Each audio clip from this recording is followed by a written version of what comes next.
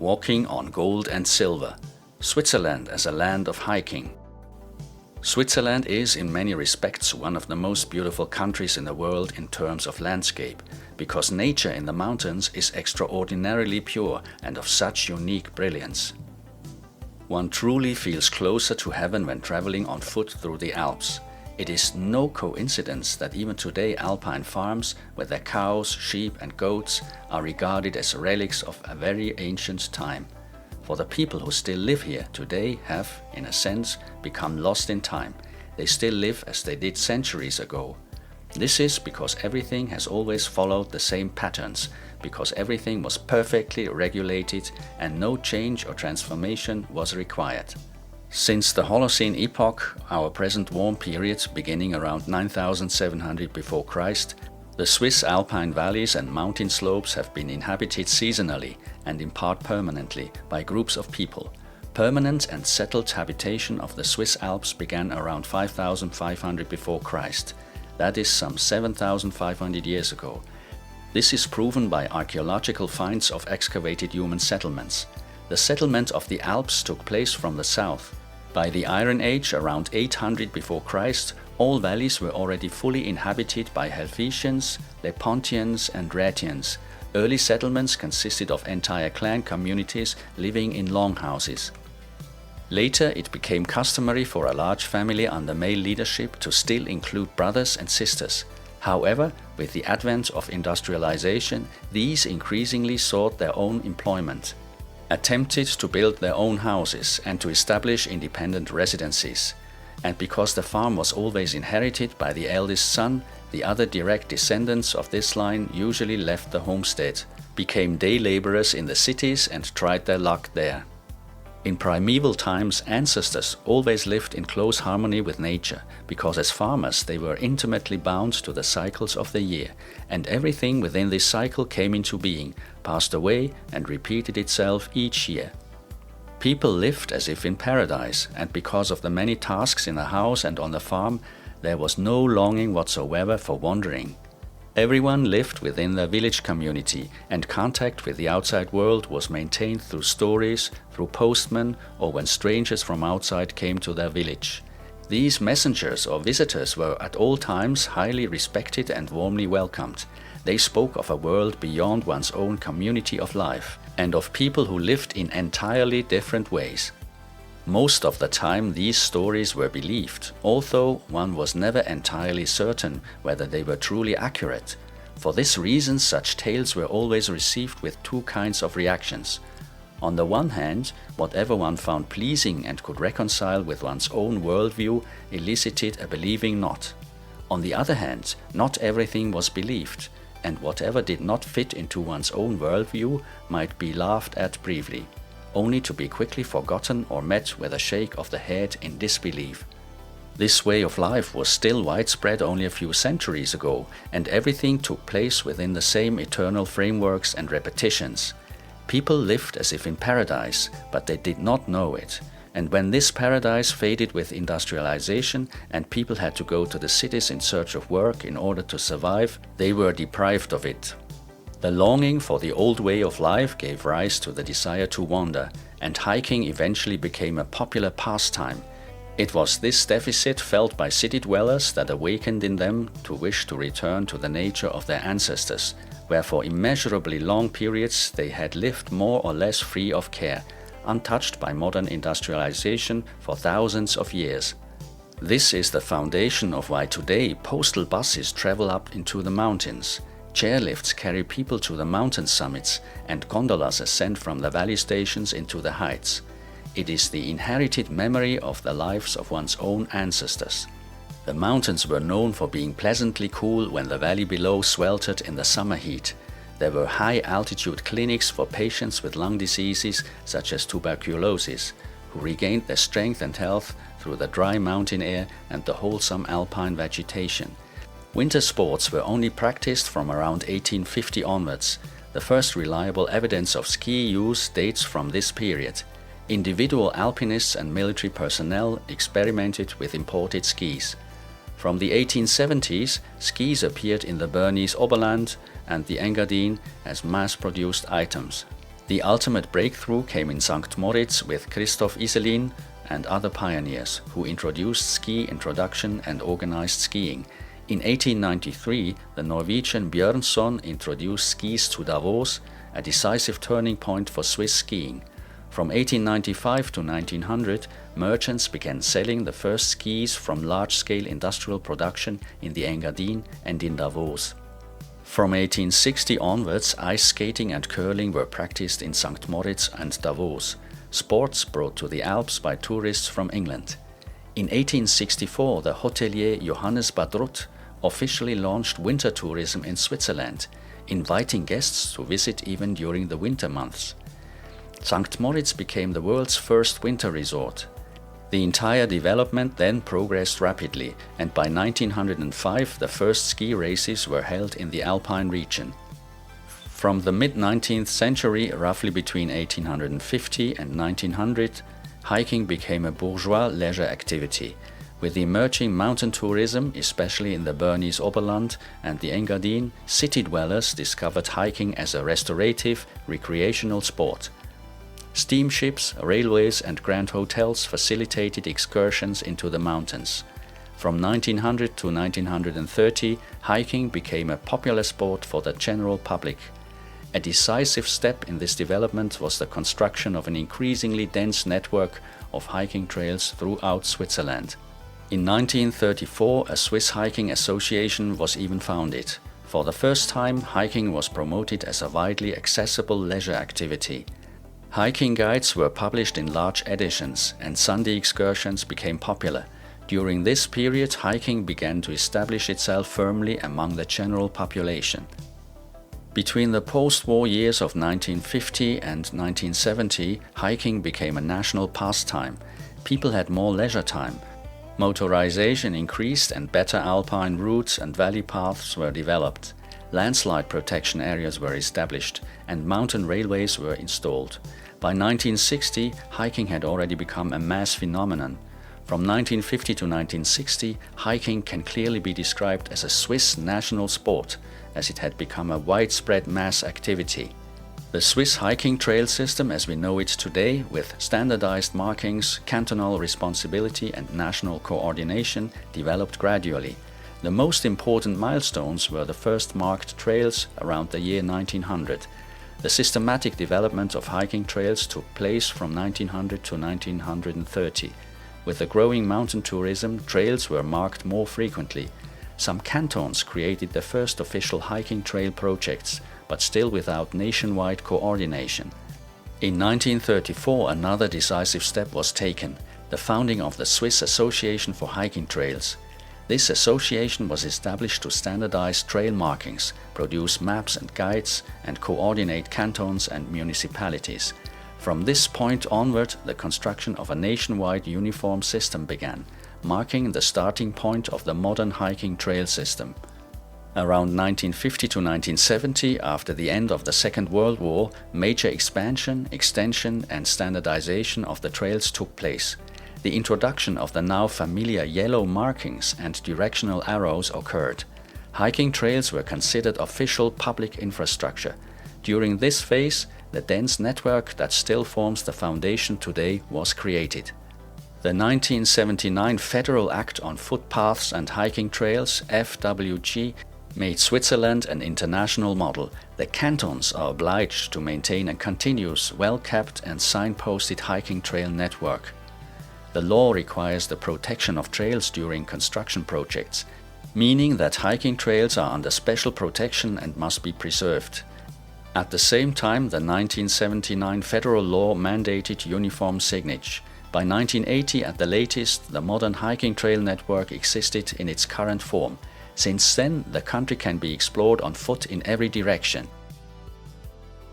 Erebor and Moria in The Lord of the Rings. To better understand hiking in Switzerland and to know why the Swiss have developed such an affinity for the sport, we need to look back at the myths and stories of John Ronald Reuel Tolkien and his Lord of the Rings. The perfectly structured and extensive Swiss hiking trail network is only the above-ground part of what was created as a whole in Switzerland. Mr. Tolkien was in Switzerland in the summer of 1911, when he was 19 years old. The journey took place during the summer months, typically July, August, and lasted several weeks, as he traveled with a group of friends through the Bernese Oberland and Valais. Mr. Tolkien and his companions hiked on foot over long distances.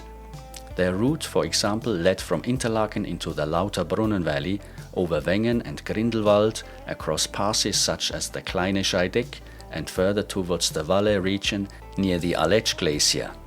This tour was largely a classic Alpine hike, often off the main roads, carrying backpacks and camping equipment. These were real mountain hikes, not just leisurely excursions. Decades later, Mr. Tolkien wrote to his son that his hikes through the Swiss Alps, particularly landscapes like the Lauterbrunnen Valley and the view of peaks such as the Silberhorn, directly influenced the landscapes of Middle-earth, such as scenes in the Misty Mountains and the elven city of Rivendell.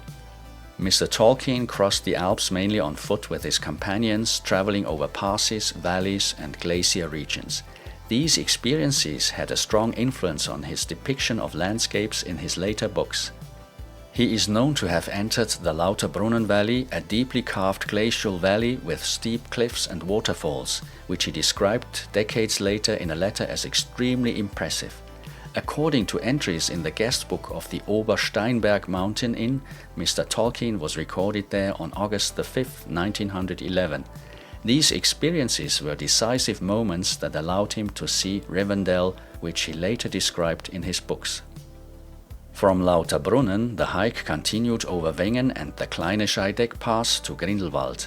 Along the way, he was particularly impressed by the Silberhorn, a subsidiary peak of the Jungfrau, which he called the Silvertine, Celebdeel of my dreams, later recognizable in the Fellowship of the Ring as the setting of the Gandalf Balrog scene.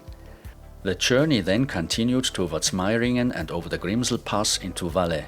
His group likely also hiked at the Aletsch Glacier, the largest glacier in the Alps, a natural experience that left a lasting impression on Mr. Tolkien, including an encounter with falling rocks, which he recounted later. Another tangible point in his signature in the guest book of the Gabin de Berthold at the Berthold Pass, dating August 25, 1911, showing that he ventured far into the high mountains. The entire tour lasted several weeks in the summer of 1911. Mr. Tolkien and his group carried their backpacks and equipment on foot and traveled on classic alpine hiking and mountain paths, often over high passes and in high mountain landscapes. The route included valley walks, pass crossings, and glacier landscapes, which was an extremely challenging undertaking for the time. The memories of these hikes with his friends later served as the foundation for his own stories about friendship, joy, sorrow, dangers, and challenges during the journeys of the hobbits. The Mountain of Erebor. In the Mountain of Erebor, all the dwarfs' treasures from the story of the Lord of the Rings were accumulated, and which were taken by the dragon Smaug. The dwarfs under Thorin Oakenshield sought to reclaim the mountain, which they eventually succeeded in doing. The lonely mountain was considered rich in gold, silver, gemstones, and other treasures. Historically and literally, Erebor resembles a medieval or early modern mining settlement, remote and strategically located. Symbolically, Erebor also represents greed and power. Smaug hoards the treasures, and the dwarfs want to reclaim them.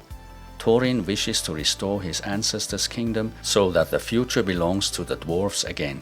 The rebuilding must therefore eventually be undertaken.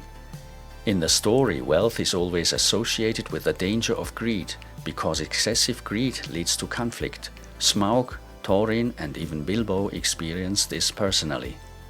The character traits of the dwarfs are as follows. They are industrious and skilled craftsmen.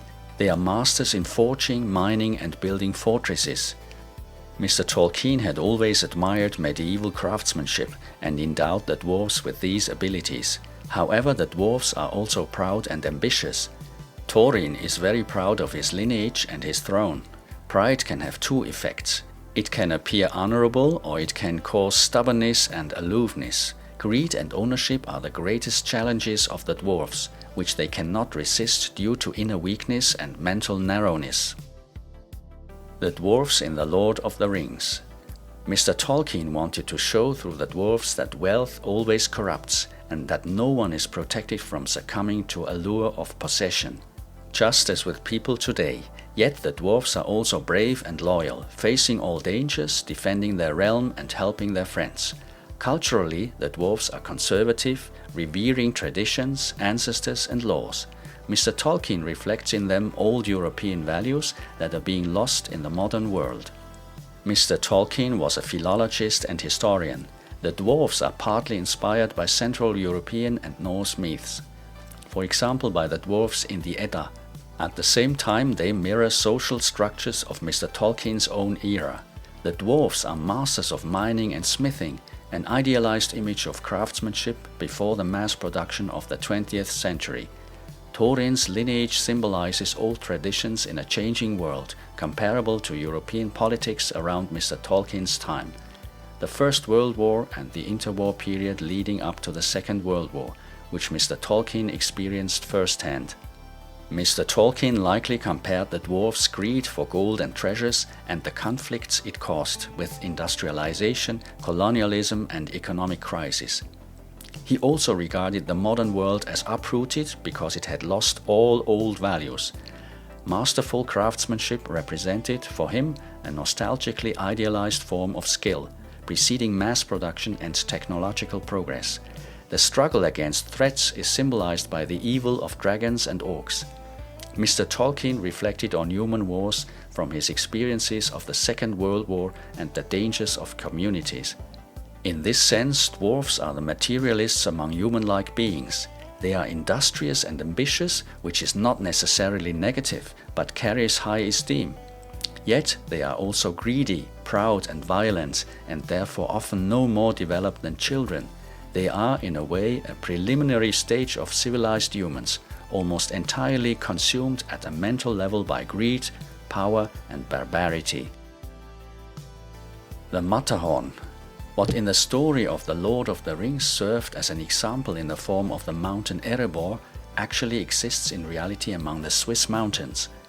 It is called the Matterhorn. Mr. Tolkien was also hiking in Valais, and the Matterhorn lay southwest of the regions he traversed. From the Aletsch region, the Grimsel Pass, or the valleys of Valais, the Matterhorn can be seen. The regions of Zermatt and Arolla as well, near which he likely hiked, offers views of the Matterhorn. Mr. Tolkien moved close enough that the Matterhorn must have been visible from afar.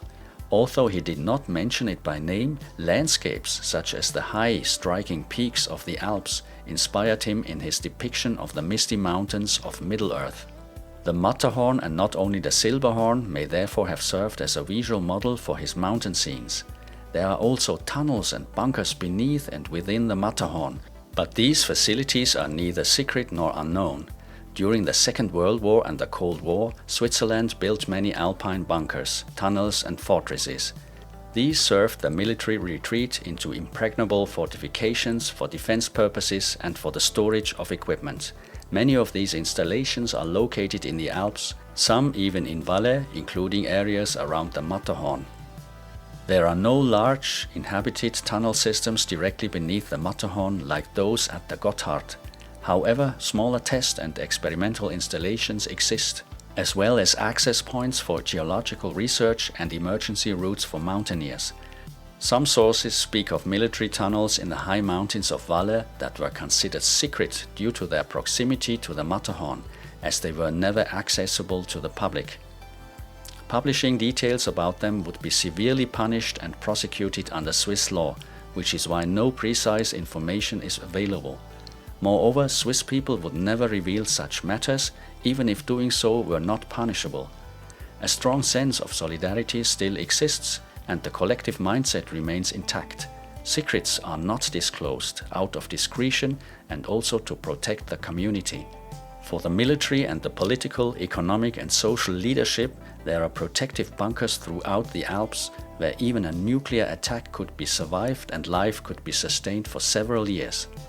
These facilities contain sufficient stored food supplies, hermetically sealed airtight zones, air filtration systems, cleaning and neutralization systems for NBC weapons, and pressure relief systems for bomb attacks and different measures for other threats.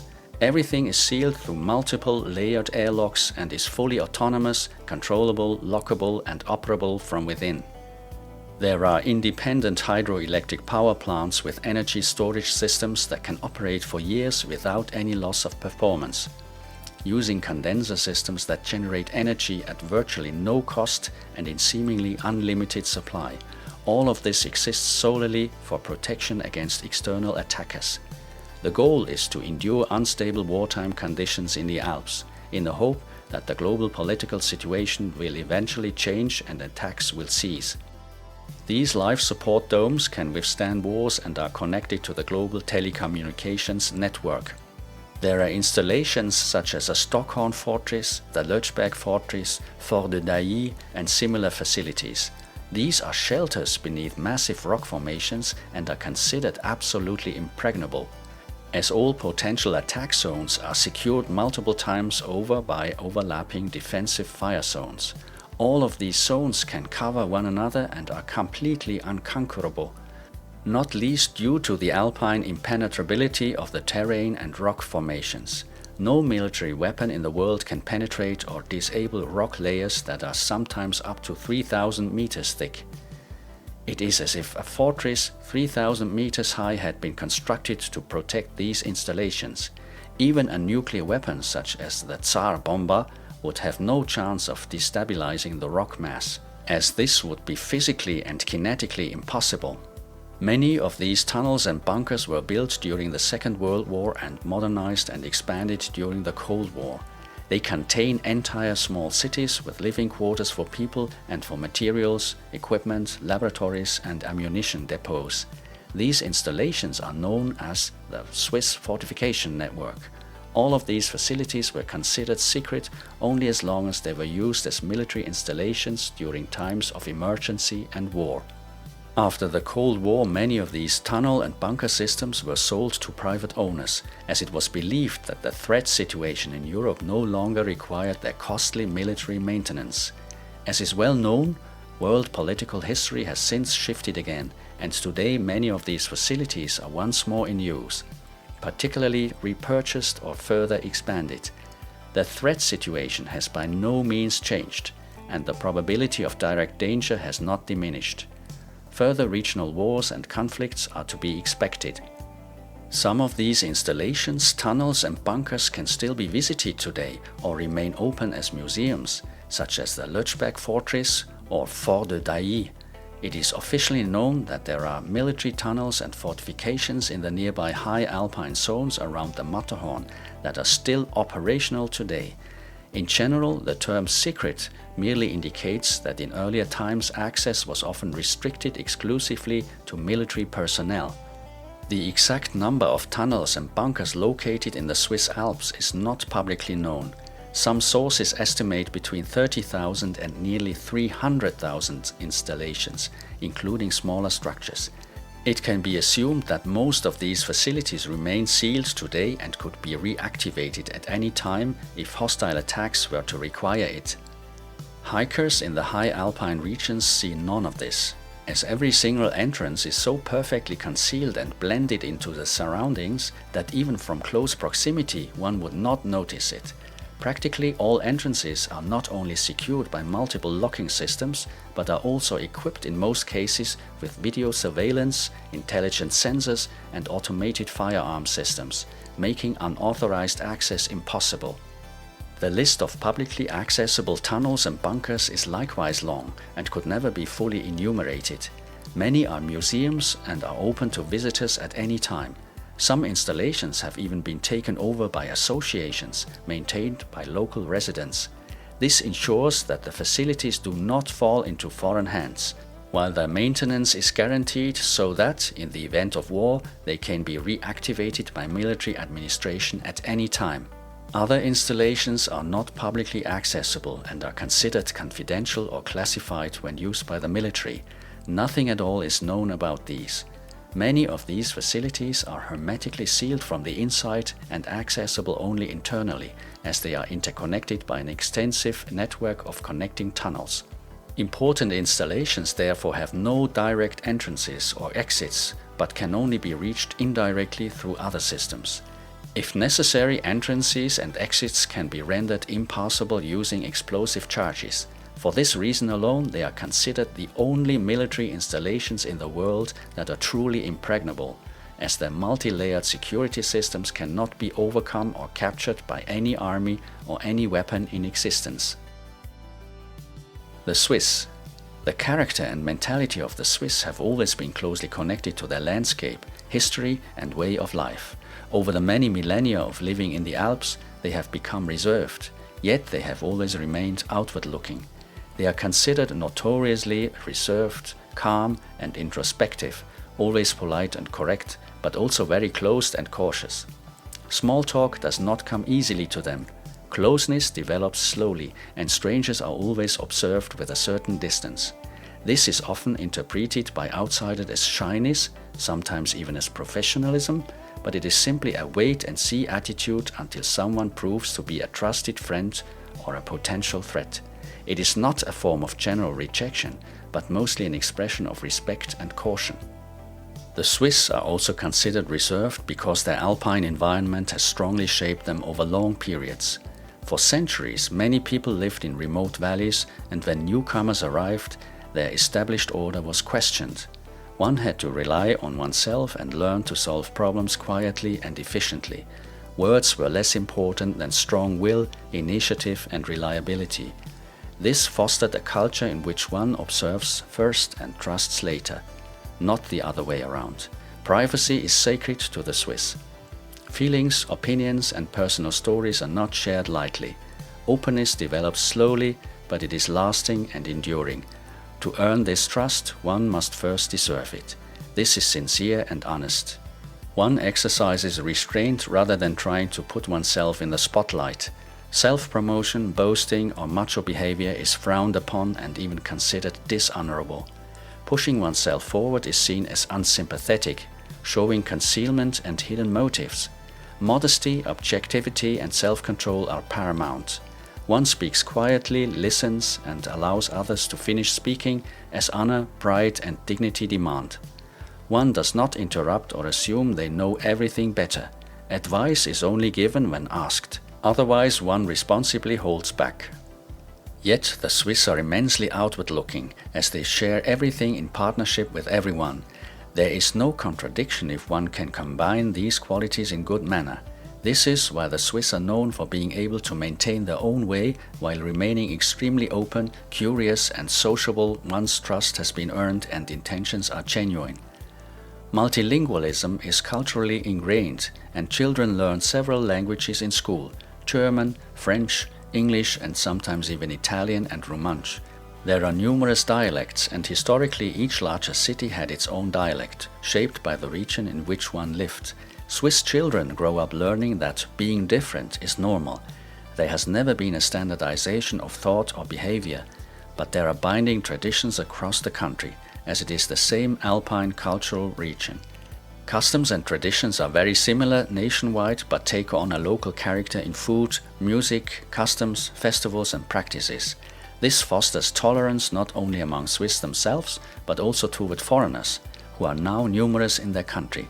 The Swiss have managed to be a transit country and live amidst diversity without losing themselves or their identity. In this, they are very similar to the dwarfs in The Lord of the Rings, who are also deeply connected to their homeland and way of life. The friendliness of the Swiss is considered unique. They do not laugh to appear friendly. When they laugh, it is always natural and genuine. They do not smile immediately, but when they do it, it is authentic. One does not quickly invite someone home, but if one does, it is a great honor and based on earned trust. They help in emergencies without hesitation. Keeping promises, even small ones, is a matter of honor. Breaking one's word would mean losing all honor.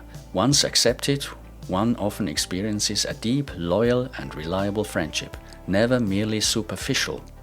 There is a saying that represents the entire mentality of quality consciousness and lifestyle of the Swiss. Safety is safety.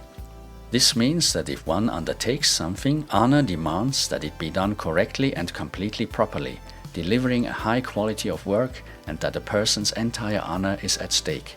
Failing to achieve this would personally dishonor one and result in a loss of all pride and dignity. This must be kept in mind when comparing the Swiss to the dwarfs in The Lord of the Rings. In many ways, the Swiss and the dwarfs are very similar. They can take things seriously and precisely, but they have a loyal, open-hearted and faithful nature once one has proven worthy of it. Le réduit, the retreat. The so-called réduit, which is a French word for retreat, has always been more than just a purely military plan. Officially, it was a military defensive strategy of the Second World War. In truth, however, it was also a national attitude, almost an existential philosophy. The situation arose in 1939, when Switzerland was a small, neutral country surrounded by totalitarian European powers. Militarily, the Mittelland, the economic heart of the country, was almost impossible to defend and would have been overrun and occupied immediately by enemy forces. An open military battle against a modern, well-armed army would have been hopeless. The solution was radical and profoundly Swiss: a retreat into the Alps, the destruction of key transportation routes and the defense of passes, tunnels, narrow valleys, plains, bridges and roads near rivers. In the most extreme emergency, the country would have sacrificed its economic core to preserve its independence. This meant that the Mittelland would have had to be seized to the invaders under external pressure, as it could not be held for long. Since the supply of military goods would have come from the Alps anyway, all efforts focusing on securing weapons, installations and supplies in the mountains, so that, if possible, the Mittelland occupied by the enemy could be retaken from there. For the invaders, the Alps were worthless land. For the Swiss, the Alps were always their ancestral homeland and, therefore, their last refuge. The Alps were a living space, not a peripheral region. For many other peoples, mountains were always border zones, retreats, or even barriers. For the Swiss, they were a place of origin, protection, identity, and life itself. The early confederates did not live despite the mountains, but because of the mountains. They were their homeland and protective home. Everything necessary for life came from the Alps. Historically, the Alps were never empty, but were of crucial significance for what would become Switzerland, even before there was a country by that name. The réduit, the idea of retreat, mirrored the Swiss mentality. It was not a heroic offensive plan. It was defensive, sober, uncompromising and quiet. Here lies the essence of Swiss mentality. Safety is safety, and no one could master and control the Alps better than the Swiss themselves. No army could hold territory in the Alps or penetrate it except the Swiss army. Switzerland was therefore prepared to sacrifice the cities of the Mittelland to preserve its existence, destroy the infrastructure of essential facilities, and endure the hardships that would result from an occupation. It was never about abandoning the population of the Mittelland, as every Swiss was equipped with firearms for guerrilla warfare and was ready to defend the region with their life if necessary. In all wars there were collaborators who worked together with invaders, but for the Swiss this was never the rule. They were deeply rooted in their land, and their ancestors had lived there for many centuries, if not millennia. Over the long course of history there were always invaders: the Romans, the French under Napoleon, even the Russians and other forms of economic, financial, political and social invasions. Yet the Swiss always remained true to themselves, regaining independence because their deep connection to the land and their ancestors in the Mittelland and the Alps gave them the strength to resist. For them, this small piece of land and earth was all they had, nothing else.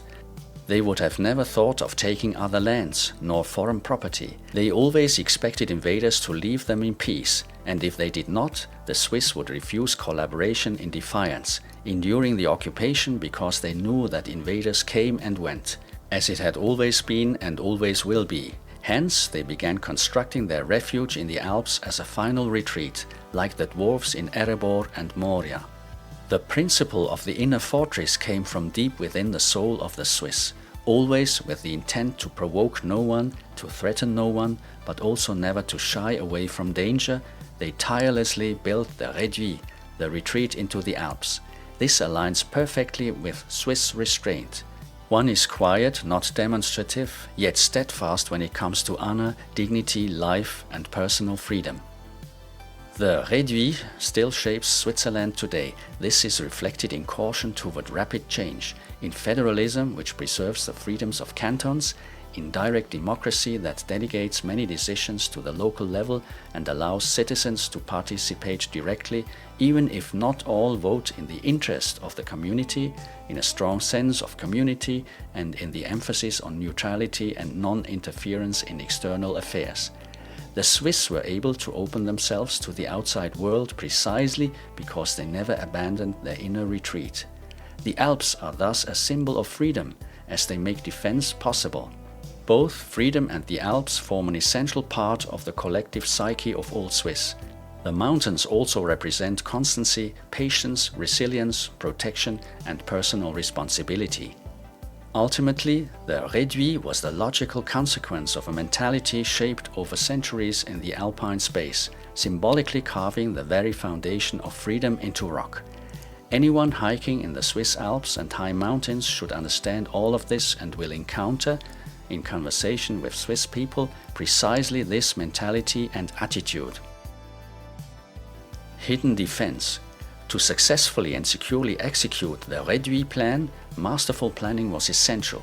The réduit was meant to finally put an end to the long-standing threat of external invasions.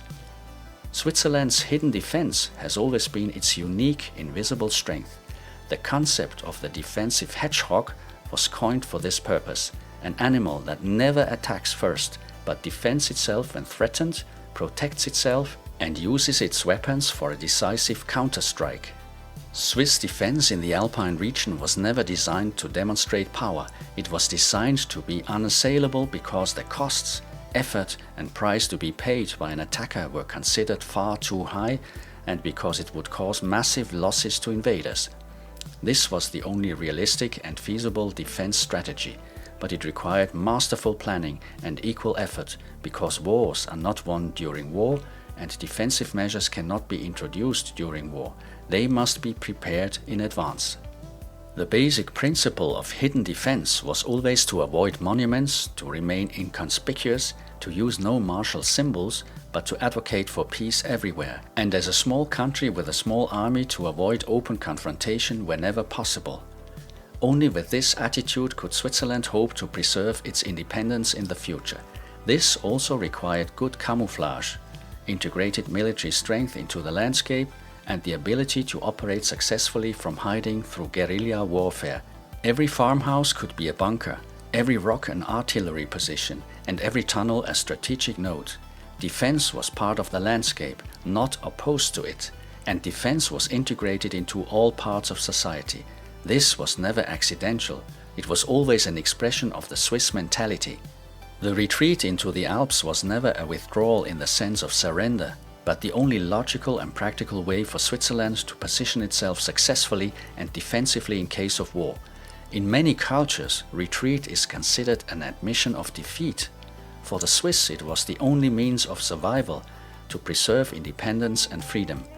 The Alps have always been a strategic space for Switzerland, difficult to access, easy to block, controllable through narrow passes, extremely resilient against modern armies and advanced weapon systems. Even more crucial was the knowledge that in case of war, they themselves could act. The enemy had to adapt to the mountains, not the other way around. The Swiss were always at an advantage in the mountains and would exploit this in defense against any attacker. The retreat into the Alps also bought time, wore down the enemy, preserved independence, allowed leaders in the mountains to continue directing resistance, and made the cost for invaders grow immeasurably. The goal was never victory, but the impossibility of successful occupation. The mentality behind Alpine defense was always responsibility over heroism. Swiss defense was never based on heroic sacrifice, but on planning, discipline, endurance, and the collective responsibility of every citizen. They fought not for glory, but for freedom. Out of fear and mistrust of concentrated power within their own ranks, installations were decentralized, redundant, and federally organized, which multiplied resilience. No single enemy strike could destroy everything. This also reflects the political structure of Switzerland. The message to potential aggressors and invaders was therefore not, "We are strong and will win the war," but "You will never fully succeed in the Alps, no matter how large or strong your armies are. The mountains are and remain impregnable." This defense strategy has profoundly shaped Switzerland and the mentality of its people. The Swiss act with restraint, possess strong inner stability, are wary of quick solutions, understand the value of careful planning, and maintain a deep bond between the state and citizens so that hierarchies can be bypassed in an emergency to resolve problems. Everyone handles issues where they can act most efficiently and passes information immediately to the right people, responsibly bypassing chains of command if necessary to ensure success. The Swiss do not see their defense installations as symbols of power, but as insurance, responsibility to the collective, and the last guarantee of self-determination and freedom. Internationally, this stance had a quiet but strong effect. Switzerland was perceived as unblackmailable. Neutrality was credible because it was defensible. The country became a stable hub for diplomacy, humanitarian organizations, and international negotiations. Alpine defense made Switzerland the bunker of the world, a fixed point in an increasingly unstable and insecure world. The Swiss adhere to a self-imposed code of silence regarding bunkers, tunnels, and facilities. They have no romantic notions about them, but respect the purpose. They are part of history, an expression of wisdom, and a symbol of independence and freedom, protecting against coercion, arbitrariness, and oppression. Most installations are intentionally discreet, minimally signed, and not exploited for tourism. They lie in quiet readiness to guarantee the security and freedom of the Swiss on any day when an invasion begins and their liberty is at stake. Protection does not need to be grand, flashy, or threatening. It simply must work. In the future, after a long period of peace, these installations, bunkers, and tunnels will inevitably be fully operational again.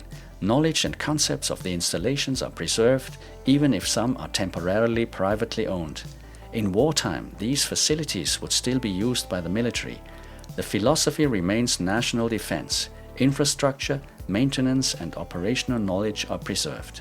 Privatization was partly the only way to save the bunkers and tunnels from decay. New threats can emerge at any time. Today, Switzerland conceives of national defense not only militarily but comprehensively. Cybersecurity, supply security, infrastructure resilience, and digital neutrality. The modern réduit is invisible, networked, decentralized, and resilient. The scope for action has widened, but the mindset of a defensive yet prepared Switzerland remains unchanged. The motto is, and remains, national defense at all costs. Gold and silver in the mountains. Deep within the Swiss Alps, buried beneath 3,000 meters of rock and hard granite, lie immense treasures that even the riches of the dwarfs in The Lord of the Rings pale in comparison. Switzerland has long had a reputation as a stable, neutral, and secure place for wealth and assets. This tradition did not begin yesterday. Long ago, individuals, states, organizations, and interest groups brought their money, gold, and investments to Switzerland because they regarded this country as a safe haven, economically, socially, but above all, politically.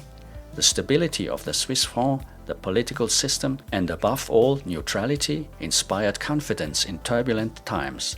On a philosophical and intellectual level, it was even more important that everyone enjoyed the same protection against expropriation, regardless of their goals, motives, or beliefs. Many misinterpret this as indifference or impartiality. In reality, it reflects a stance of tolerance in global conflicts, where disputes often do not concern a clear distinction between good and evil, but rather inherently opposing interests. Switzerland never intervenes in foreign disputes and has chosen to become the world's treasurer without assuming the role of judge, strictly maintaining neutrality in conflicts.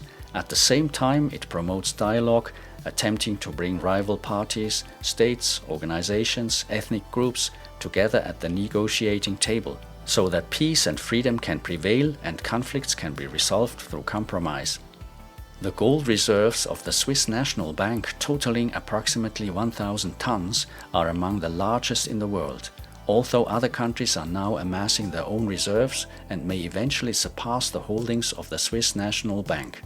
Around 70% of these assets are stored within Switzerland. The remainder is held with reliable partners such as the Bank of England and the Bank of Canada. Gold is part of Switzerland's currency and crisis reserves, serving as a safe anchor in economically uncertain times. This obligation is enshrined in the Constitution. The Swiss National Bank must hold a portion of its reserves in gold. The Alps serve as a vault for hidden storage. During World War II, the amount of gold in Switzerland increased rapidly, both from domestic holdings and gold arriving from crisis zones to Zurich and Bern. Existing vaults soon proved insufficient. Consequently, tunnels and galleries were built deep in the mountains to store these treasures. One example is the Federal Council and Military Bunker. In addition to a protected space for the government and leadership, a highly secure vault was installed, capable of holding thousands of tons of gold. Journalists report that significant portions of the Swiss National Bank's gold are now stored there. These facilities are extremely well protected and largely secret. The Swiss National Bank and authorities intentionally release only minimal information for security and stability reasons. Switzerland is not only the treasurer of its own national wealth, but also of significant international gold reserves. Central banks from other countries store part of their reserves here, simply because Switzerland is considered safe and is an established financial center. This asset storage is not a random secret, but part of a global financial system in which trust, stability, and security play a central role. Especially in times of crisis, Swiss security and neutrality provide countries with easy access to their reserves. The fact that so much wealth is stored in Switzerland shapes the country's self-image. Neutrality is important for the global economy. Switzerland is small, yet globally significant. Everything operates discreetly and efficiently. Many Swiss see this not only as an economic function, but also as a responsibility. Switzerland safeguards what belongs to others and must protect it, regardless of political upheavals. Safe is safe, and Switzerland adheres to this philosophy. Security has always been a state philosophy, defended against all political turbulence, both domestically and abroad. The secrecy of locations and constructions does not reflect distrust of its own population, but rather a cautious Swiss mindset. Safe is safe. This mentality mirrors the concept of Alpine defense, not loud in appearance, but steadfast in substance, ready when necessity demands. Today, the threats are not only military attacks, but also cyber attacks, financial crises, geopolitical uncertainties, digital currencies, and the growing risk of societal fragmentation due to wealth gaps and hierarchical stratification, issues that will eventually require attention. Security concepts must evolve, focusing on digital resilience, decentralized protection, and international cooperation. Yet the fundamental idea remains the same. Switzerland aims not only to assert security, but to anchor it technically and structurally, no matter what challenges the future may bring. Increasingly, it becomes clear that the greatest threats are not always external. Differences within the population and the formation of social classes increasingly risk weakening collective cohesion, which can create political destabilization that no one desires. Addressing these challenges without establishing a new form of absolute property dictatorship or feudal class distinctions is one of Switzerland's greatest challenges for future generations. The Swiss gold and asset reserves in the Alps are more than just a treasure in the mountain. They symbolize the necessity for Swiss society to continually face political, social, economic, and technological challenges successfully. Switzerland must therefore hold fast to its traditional philosophies. Its role as a neutral, reliable partner in an uncertain world must be preserved. Responsibility, foresight, and trust in the population must be maintained. Social disparities must be mitigated through sound organization and law to ensure equal opportunity. The close connection between geography and history must be preserved, along with a mentality of calm, caution, and strategic strength. Hiking over the precious metals. Those who hike in the Swiss Alps think of peaks, Lakes, silence, vastness, and the sublime feeling of being high above the world, detached from all earthly concerns. One thinks of the fresh air, the steps on gravel or other terrain, the rhythm of one's own breath in step with the trail, and the exalted sense of being in a special place, almost heavenly, removed from the problems of the world. What most people do not know is that beneath many of these paths, hidden deep in the rock, lie not only installations, tunnels and bunkers, but also assets of unimaginable value, gold, silver, reserves and securities, invisible yet somehow perceptible. Hikers walk above immeasurable repositories of wealth comparable only to the treasures of the dwarfs in The Lord of the Rings. But they also walk over history, foresight and trust. The Swiss Alps are not an empty space of stones, rock and rubble. Within them are treasures that no human imagination can fully grasp. The mountains are penetrated by tunnels, caverns, old defense installations, vaults and rooms with technical equipment, laboratories and experimental facilities. These invisible worlds lie beneath our feet almost everywhere, yet most are not intended for visitors. Their strength and utility lie in remaining unseen and undetectable. Only a few facilities are placed near tourist paths to protect them even better from suspicion. Most of these installations are far from any tourist areas or crowds. They were never built to be known or noticed. Some are known to only a selected few with the highest security clearance, and that is meant to remain the case. Hikers therefore do not know where the treasures of the Swiss Alps lie. Yet those who frequently traverse the mountains can be certain that they have often walked over such facilities without realizing it. And here and there it was not only a military installation beneath their feet, but a true treasure, immense quantities of gold and silver, completely secure from unauthorized access. These treasures were never meant to be seen or even suspected.